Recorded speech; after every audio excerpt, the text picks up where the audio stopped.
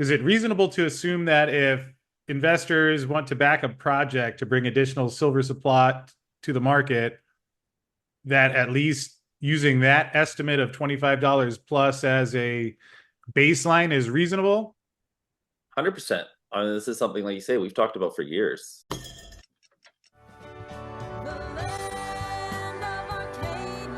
Well, hello there, my friends. Chris Marcus here with you for Arcadia Economics as we are going to dig back into gold and silver as usual today, especially with some interesting comments about how much it is actually costing to get silver out of the ground when everything is accounted for.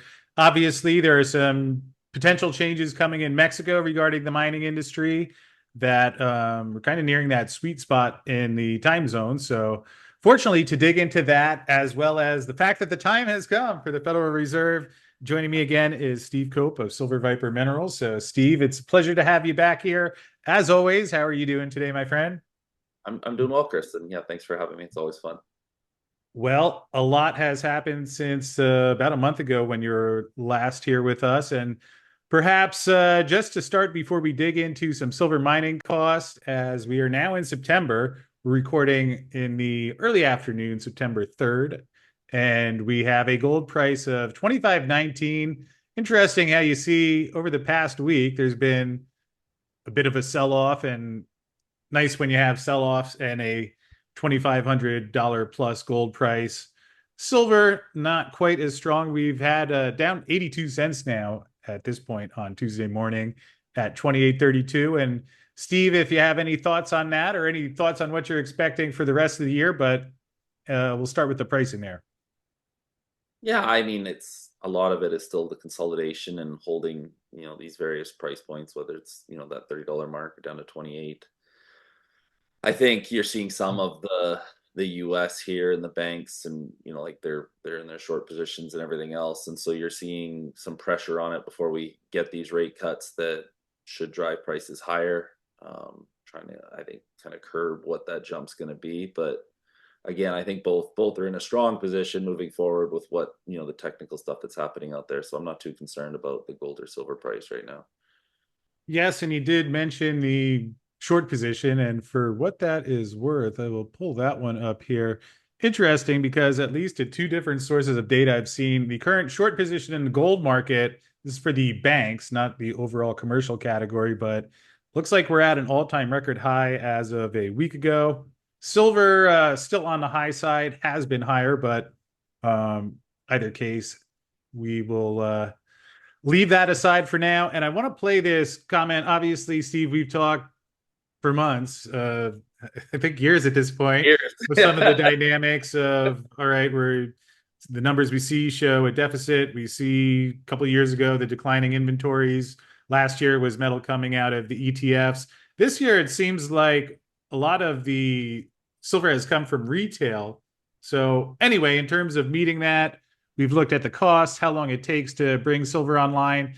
And this was a call from Chris Ritchie of Silvercrest that just brought what is known as one of the lower cost deposits online. He was talking with Craig Hemke, and let's take a listen here at what he says about how much it cost all in. And at the time of entering commercial production, what we Still on double speed. Let's slow him down, and here we go. Talks fast.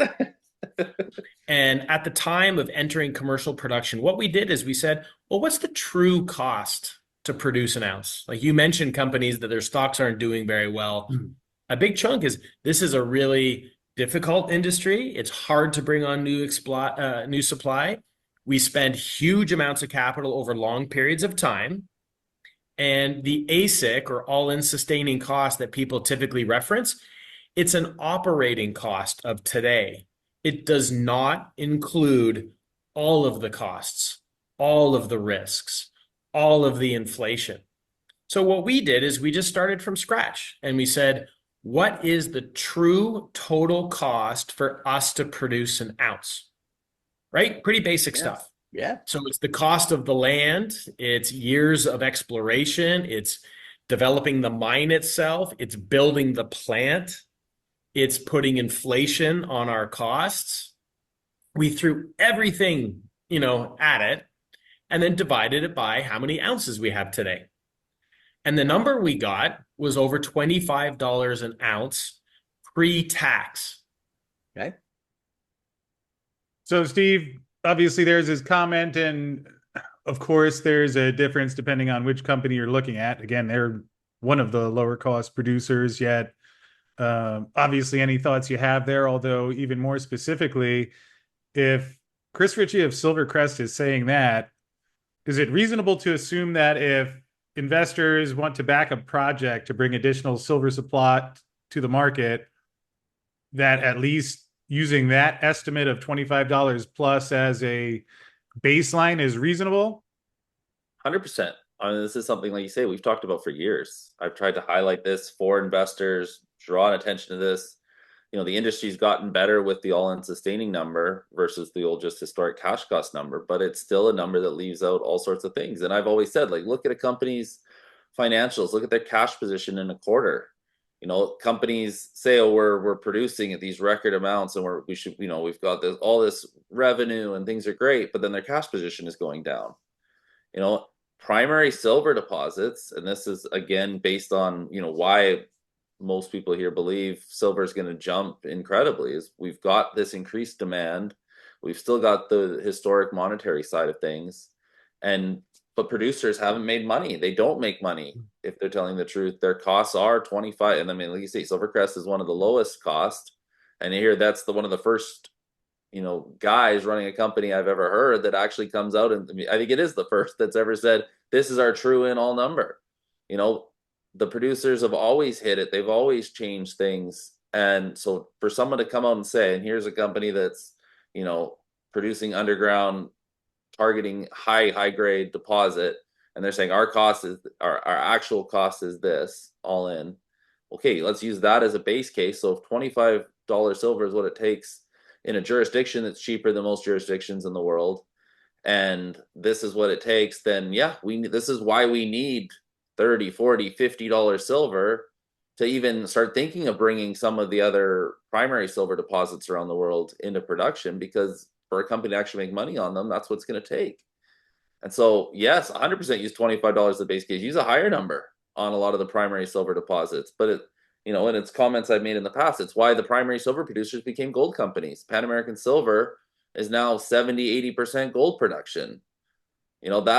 It's because you don't make money on primary silver where the costs have been. And historically, you could justify keeping the cost down because there wasn't that extra demand, and you were producing at a surplus to what was going on a yearly basis. But now that we've been operating in this deficit, that above ground supply has gone from, whatever the number, that stat was from TD Bank, but 165 years or whatever, and down to a year and a half of above ground silver available.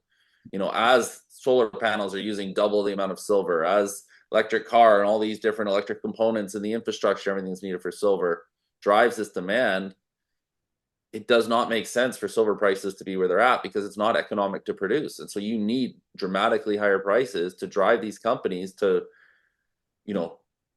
incentivize these companies to want to build new mines and new deposits around the world and start exploring and doing all the rest of this long timeline that it takes to bring new projects online. And that's why you need a higher price to drive the primary silver side. Now you've got the byproduct side where those companies don't really care about the cost of silver. It's a nice, bonus, but they're not going to explore more and grow more. And that's where most of our silver production has been coming from, is from different deposits that are on a byproduct basis. So you're going to get the gold deposits, like our project, when it goes in production, where you get a silver, we've got a larger silver component, but it's still a byproduct to the gold at La Virginia. I know that's those types of deposits that'll come online that'll help a little bit, but you need hundreds of those to start meeting, or thousands of those to start meeting the demand, that's going on in the silver space. Yeah, and Steve, in there you mentioned some of these sources of demand. Have you read about the new battery that Samsung has made that seems to have much quicker charging time, much longer life, can go a lot farther? And at least the reports I've read, they look at 32 ounces of silver per battery versus the current 5 gram. Have you seen that one yet? I haven't seen that one, but that sounds even more of a drain on the silver demand, the supply side. So I like it. Yeah, well, I mean, I'm trying not to extrapolate too far ahead, but certainly interesting to see that potentially another significant source of demand could come online. So, although with that said, Steve, I would love to get your thoughts on the latest in Mexico. Obviously, something that people have been keeping an eye on, as now that Claudia Sheinbaum has taken over and we're waiting for clarity. Although, did have a comment here from David Morgan regarding the status, and play that, and then perhaps we could get your opinion and any feedback you have. And right now is that any new, the word is new, that means doesn't exist at this time or previously, will not be able to open pit mining. And it's one of the, probably I would consider the best geologists in Mexico for silver. I have a pretty strong relationship, and he taught me years ago that open pit silver mining usually is uneconomic. And that's a fact, whether it's in Mexico or the moon, doesn't matter so much as, what is the economic picture on an open pit silver mine, and they're not very good. Okay, so Steve, perhaps we'll start with the second part, at which certainly you could speak to, of the open pit when it's silver focused not being economic, and then any updates you have on what you've heard or any actual policy implementation. Yeah, I mean, what he's referring to there is open pit deposits that the primary metal is silver, and building an open pit around that. And yeah, that's been a general rule across our industry for a long time, and it's because of the pricing. You need, for an open pit silver deposit, with the amount of rock you're moving versus the price of the metal, you would need much higher silver prices to make them economic. I remember when we were running the La Preciosa deposit, there was one design on the resource there. It could be that was a super pit, and it had 300 plus million ounces of silver. But even when we were doing that 15, 20 years ago, that needed probably a high 20s to $30 an ounce silver to be considered economic. And that was as a base case, and you would have wanted a much higher number. You'd want silver trading at a $5-10 higher number than that, at least for a sustained period of time, to start trying to look at it and justify it. So it's definitely something that's existed a long time. You need much higher prices for open pits to be a primary silver producer. What you want to see is a big open pit that has silver as a byproduct on that side. But yeah, most of the primary silver mines, the production is underground, because you're targeting the high grade veins, and you don't have to move as much material, and the costs then are, while your mining cost, I guess, is higher, but your overall costs are lower, targeting just the vein versus building a massive pit to try and move a bunch of material to target silver for what it's trading at. Okay, that makes sense. And anything in terms of the status of proposed amendments? No, I mean, this goes back to the start of AMLO, when he came in, and they haven't issued any new open pit permits since the start of AMLO. Everything they're doing gets challenged in court. So far, from what I've heard from the producers and what they've been challenging, the court has sided with the mining companies on all sorts of different subjects, from the start of AMLO and what's been going on in the courts. It's also, she's been contradictory off the bat, because one of the first things she said when she came in was, well, but it's really important for our critical minerals like lithium and those deposits that we bring those online, and those become an important part of the country.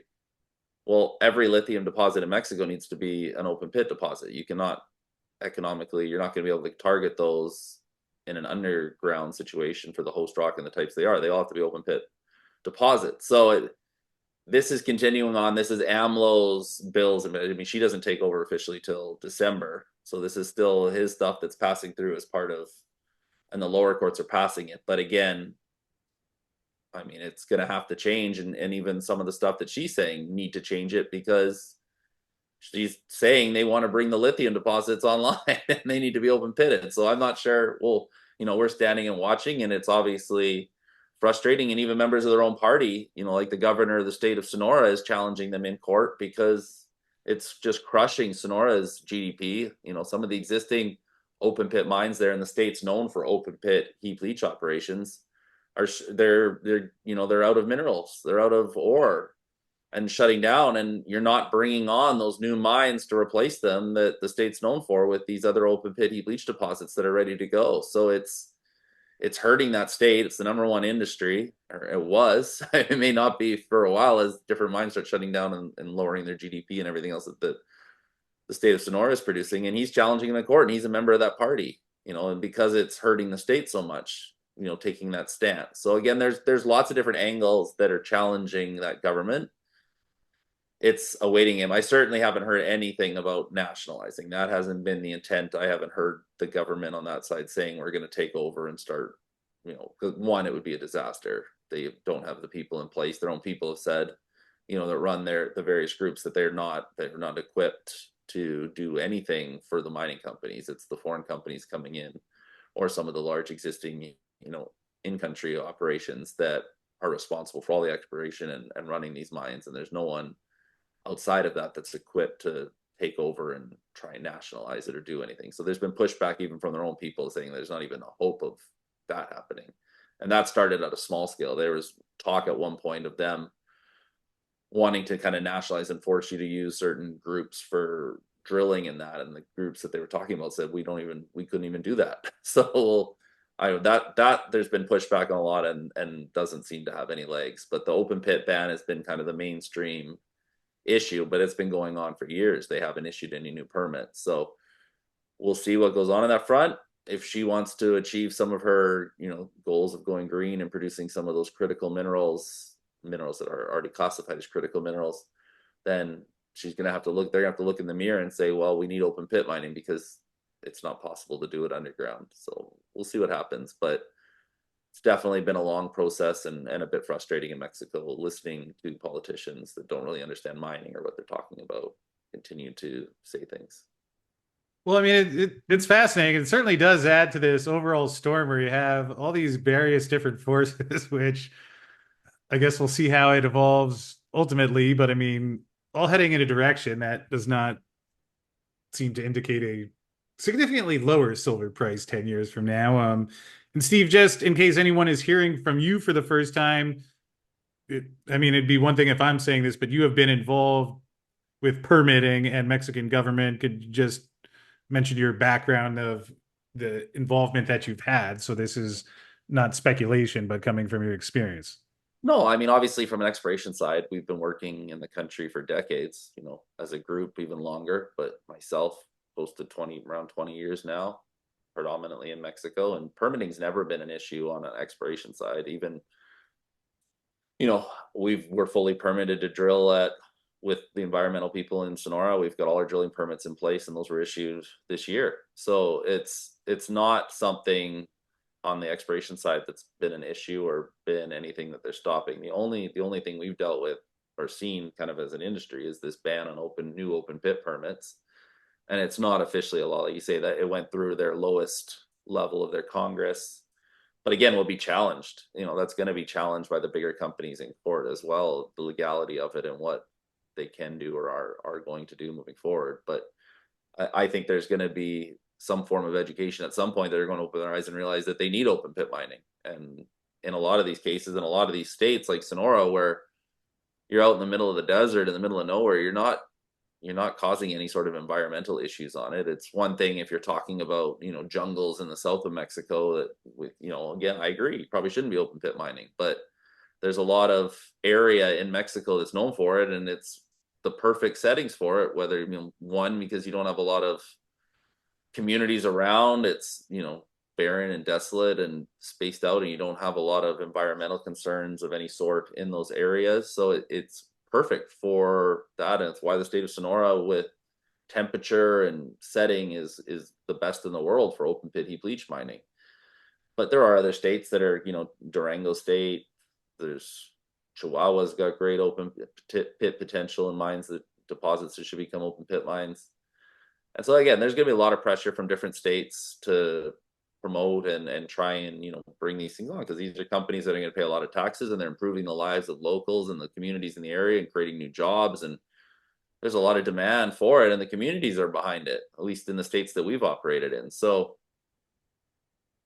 there's definitely a disconnect there. But permitting in Mexico has always been pretty straightforward. It's been faster than other parts of the world through our experience in there, when you're looking at the producers and how long it takes to get things into production and that. So this has been a recent history there where this regime is definitely, you know, kind of gone against the grain of what Mexico's always been. But kind of around the world, you've seen that, certainly South America, you know, regime to regime, you can have major flips on what people's perception and what they're going to get done in the mining industry. That's why, I mean, the big flips of why we stopped operating in a lot of South America. Looking at Argentina, state by state, it can be very different. Whichever government you have in can be very difficult to deal with. They're very favorable. Same, Chile's been tough lately. Peru's been tough. Brazil. I mean, it's across the board. It's just been this kind of movement through Latin America where government regimes that are far too left swinging can wreck things.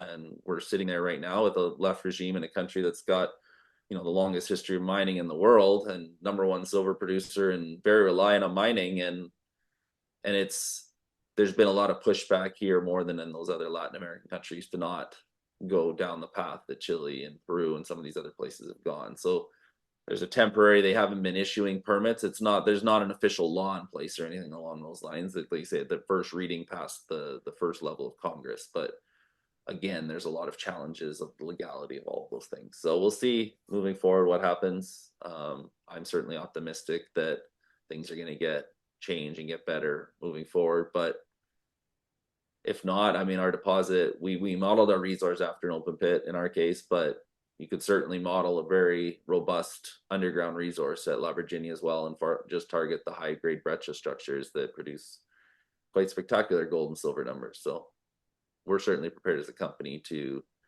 operate differently as needed, or whoever would buy us, because we're not the ones who would put it into production, but whoever would buy us certainly has the opportunity to target the resource around a solely underground operation as well. All right, and we'll touch on Silver Viper again before we wrap up. Although partly I'm smiling here because you're talking about, as you're mentioning, leftist-leaning governments, and I'm thinking about, here we have one of the presidential candidates talking about snatching patents and unrealized capital gains taxes. So it's not a lot of cover out there in the world right now. Although, of course, Steve, while all this is happening, Mexico, silver supply, Samsung batteries, we can tack on that Fed Chair Powell at his Jackson Hole speech about a week and a half ago, as of now, mentioned the time has come for policy to adjust. So at least as of on September 3rd, looking like we're getting pretty darn close. 63% chance priced in today of a quarter basis point hike, 37%, which I personally think is a touch high of 50 basis points. But that meeting is now only 2 weeks away. And one other thing I'll mention, and then we get your comment, is I think it was with you where we talked about how Goldman Sachs had a report about a month or so ago now saying that maybe the rate cuts are going to be the signal that brings Western investors in. And at least looking at the transparent holdings, which is COMEX plus the various ETFs, blue line represents the amount of metal. So we can see really since, let's call it May, June, we've had an increase on the gold side. Similar picture on the silver side. And now it looks like we're getting darn close to interest rate cuts. So can toss that into the whole equation along with the silver supply and everything else that's going on. Well, it's definitely, I mean, it's exciting. I mean, we're at pretty low period of time for what those holdings actually are relative to, you know, what they've been in the past years. So it's nice to see that they've kind of bottomed out and those holdings are increasing. And I do think that's just going to increase with interest rates coming down. That to me is what's been missing, and why the paper side of the equation has been crushed so badly on the equities, on even some of the, you know, the funds, the precious metals funds. They've started to see some inflows and had, you know, minor inflows throughout the year, but that's where we need to pick up all of the investment and free up capital from the Western world into our equities. And it's kind of why, you know, like you look at Australia and their exchange, they've outperformed North America dramatically, because it's been a more robust economy and more action going on and more investment from locals. Where here we've just, you know, people have sold everything paper because they're hurting so bad with the costs in their life, with the interest rates, mortgages moving up. You know, everything's been hurting people here. So to finally start to bring back the interest rates and free up capital to let people borrow money cheaper because they believe that they're going to outperform the money they're borrowing in equities, people taking lines of credits and different things like that. That's when our market starts to get healthier, and where the paper side of the equation should start to pick up. And you'll see, certainly you're going to see a once in a, you know, a decade or 2 decade opportunity on the equity side to place bets at record low prices across the equities and make investors should be able to make a lot of money if everything, all the stars align. Even if not, I mean, they're so low that it's going to be hard not to make money on a lot of the different junior equities, even the producers that have seen a little bump, but there should be a ton of upside as they start to produce their new financials and you start seeing the dividends that they'll pay and everything else going into things. It's a pretty exciting time to be able to place your bets and be involved at the bottom. Yeah, especially when, as we talked about earlier, you think about some of the ways that the costs are rising, and we won't dig into it today, but here, Turkey's said to be looking to join the BRICS. So again, adding on to the collection of events, we have half the world basically making plans to see how they can do things without the dollar. And anyway, Steve, I'll give you a month to think about how that's going to work out if resource-rich nations are fed up with the current treasury system, but we'll make that the focus of next month's. And perhaps just in wrapping up, anything that you can share. You talked a bit about the profile of the project with Silver Viper before, but any news or anything you can touch on this month before we close out today? Yeah, I mean, I can't go too much into detail because nothing's really public, but we are working towards a number of different ways that we're going to continue to advance the La Virginia project, by JV or investment from strategic people, but probably looking at joint ventures to free carry us on the project, to do the exploration, earn an interest into the project. And that is exciting because we're very anxious to start testing, some of these other theories we have about where we're going to find a lot of mineralization. One of which is the idea that we're onto a large gold carbonate base metal system, and that was Crescat and Quinton Hennig that originally kind of did a deep dive into our database and says down at a deeper contact you're going to have bonanza grades of gold and silver base metals. And in that scenario, given what we've talked about with what's going on in Mexico, that would be a fully underground operation. And similar mines around the world are multi-million ounce gold base metal silver deposits that have been very successful mines, a lot of which of the examples are in Indonesia and Australia. Dolores 100K to our south, which our project was originally supposed to be the lookalike for, is one of these.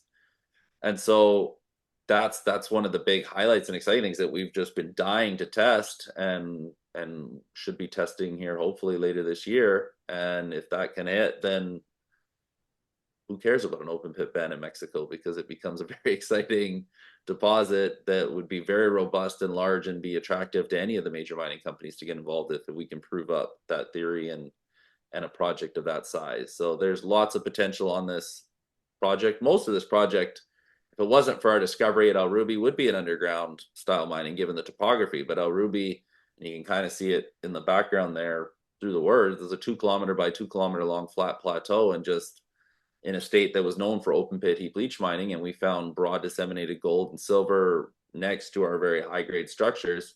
And so it made sense to produce an open pit resource on the project. But a lot of the high grade veining that we have on the project is designed to be underground mining and would be still very easy to permit in Mexico with where we're at. So there's lots of exploration to be done, lots of targets that have never been tested. And again, I think you could see moving forward a very robust underground resource being produced on the project as well.